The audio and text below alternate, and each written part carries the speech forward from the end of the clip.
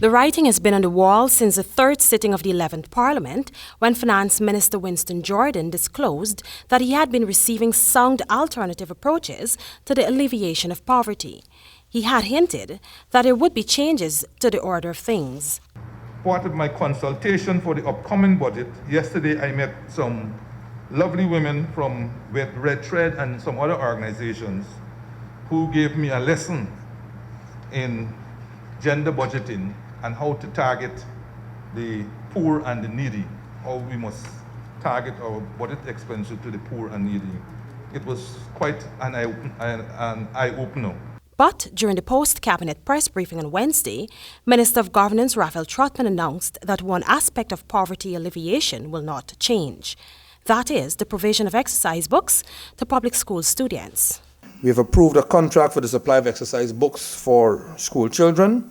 The contract sum is a sum of $63,341,598, and the contract was awarded to the Guyana National Printers Limited for the supply of books to children school-wide. On the other hand, Minister Trotman stated that after consultations with stakeholders, Cabinet has decided to put a hold on the $10,000 education grant initiated under the previous administration. This grant will now be reviewed. Cabinet has been advised that it is fiscally unsustainable because when one studies development economics, when you give a grant or a cash transfer, it has to be targeted, it must be accompanied or guided by a means test so that you ensure that the most vulnerable in your society are the sole or if not the primary beneficiaries, that is the poor, or the poorest of the poor.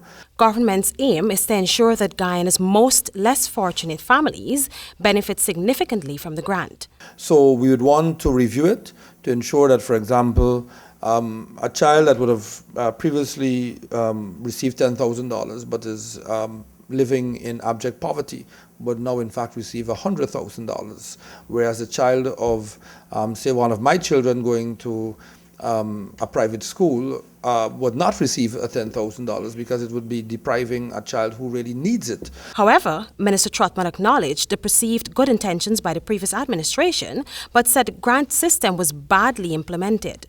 In the meantime, the Corentyne Chamber of Commerce has called on the government to retain the uniform grants to students, as well as a $10,000 Because We Care grant to families. For HGP Nightly News, I'm Erica Williams.